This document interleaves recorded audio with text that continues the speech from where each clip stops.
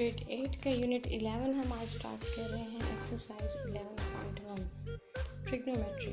अब ट्रिग्नोमेट्री क्या है? The word trigonometry has been derived from a Greek word whose meaning is measurement of triangles. के हमने triangles को किस तरह से मेजर करना है वो हम ट्रिग्नोमेट्री में पढ़ रहे होते हैं। It is an important branch of mathematics which deals with the solution of triangles. इसमें सारा triangles के solution की बात होगी, उनकी measurement की बात होगी। The Muslim mathematicians, particularly Abu Abdullah al-Batafi al-Biruni and Muhammad bin Musa al-Khwarizmi made a lot of contributions. इस trigonometry में इन Muslim scientists की बहुत बड़ी contribution है। Triangle ratios of an acute angle in a right angle triangle, the side in front of angle 90 degree. ये हम next slide से अच्छे से समझेंगे कि ये देखें यहाँ ये कह रहे हैं कि 90 डिग्री के सामने वाला जो एंगल होता है उसे हम बोलते हैं हाइपोटेन्यूस। बिल्कुल इसी तरह से the side in front of the given angle theta will be called perpendicular. अब ये बी पॉइंट पे 90 डिग्री बन रहा है और इसके सामने वाली जो है इसे हम लेंथ को कहते हैं हाइपोटेन्यूस।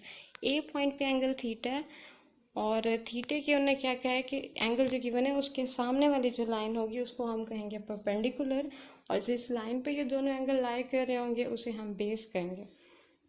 अब डिफरेंट ट्रिग्नोमेट्री में डिफरेंट जो ट्रिग्नोमेट्रिक रेशियोज आ जाती हैं ये सारे, तो sine cos tan cosecant secant cot, इन सब की ये ख़ास हमें चीज़ें याद होनी चाहिए क्योंकि पूरी एक्सरसाइज में ये सारे काम आने वाले हैं। तो साइन थीटा किसके बराबर होता है? Sine theta is equal to perpendicular over hypotenuse. अब परपेंडिकुलर देखें, परपेंडिकुलर को हमने शो किया हुआ है ए के साथ और हाइपोटेन्यूस को शो किया हुआ है बी के साथ। तो sine theta is equal to A over B. आपको ये याद होना चाहिए कि साइन थीटा हमेशा बराबर होगा परपेंडिकुलर ओवर हाइपोटेन्यूस के। Cos theta is equal to base over hypotenuse. Tan theta is equal to perpendicular over base. Cosecant theta is equal to, ये बिल्कुल उलट होता है, साइन का बिल्कुल उलट होगा कोसेकेंट। ये ऐसे साइन स्टार्ट हो रहा है, इसके उलट जो है वो सी से स्टार्ट होगा कोसेकेंट।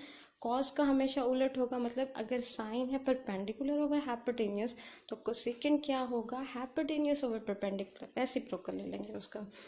कॉस थीटा हमारे पास है बेस ओवर हाइपोटेन्यूस, तो इसका रेसिप्रोकल लेंगे जब इसका उलट होगा। सेकेंड थीटा है ये होगा हाइपोटेन्यूस ओवर बेस, और टैन का उलट कॉट होता है। Tan theta is perpendicular over base, then cot will be base over perpendicular. Trigonometric ratios of acute angles 30, 60 and 45। अब ट्रिग्नोमेट्रिक रेशियोज आपने किस तरह से करनी है, ये आपको टेबल याद होना चाहिए कि जहाँ भी एंग आ जाए हमारे पास साइन 30 डिग्री, उसकी जगह आपने वैल्यू क्या पुट करनी है? तो साइन के सामने और 30 के नीचे देखें 1/2 वैल्यू है ये। बिल्कुल इसी तरह से 45 डिग्री है और ये साइन है, साइन 45 करना है तो साइन के सामने और 45 के नीचे देखेंगे ये वैल्यू आएगी। और अगर कॉस है, कॉस के सामने और 45 के नीचे ये 1/2 स्क्वायर रूट, और टैन है अगर तो 45 के नीचे और टैन के सामने जहाँ पे दोनों ये मिल रहे हैं यहाँ पे ये 1 वैल्यू इसकी आ रही है। एग्जाम्पल इसकी है कि अगर इस तरह से हमारे पास आ जाते हैं साइन 45 कॉस 30, तो साइन 45 की जगह उसकी वैल्यू 1/2 स्क्वायर रूट, कॉस 30 की जगह 3 स्क्वायर रूट ओवर 2। उस टेबल के अकॉर्डिंग आपको याद होंगे तो आपने वहां से ये पुट कर लेनी है वैल्यूज और ये आंसर निकाल देना।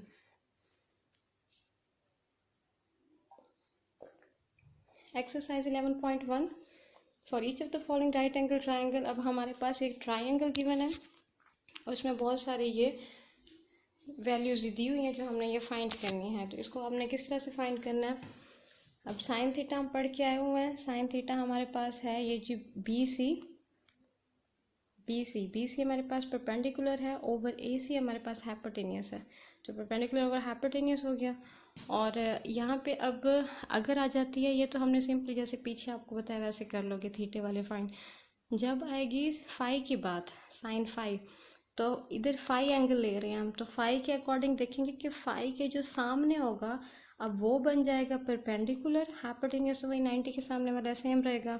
इसीलिए यहाँ जब साइन फाई लिखा है तो वो बी सी ओवर ए सी नहीं लिखा, यहाँ हमने क्या लिखा है साइन फाई में ए बी ओवर ए सी, कि ए बी हमारे पास क्या है, ये अब ये परपेंडिकुलर बन गया ना, तो 3/5।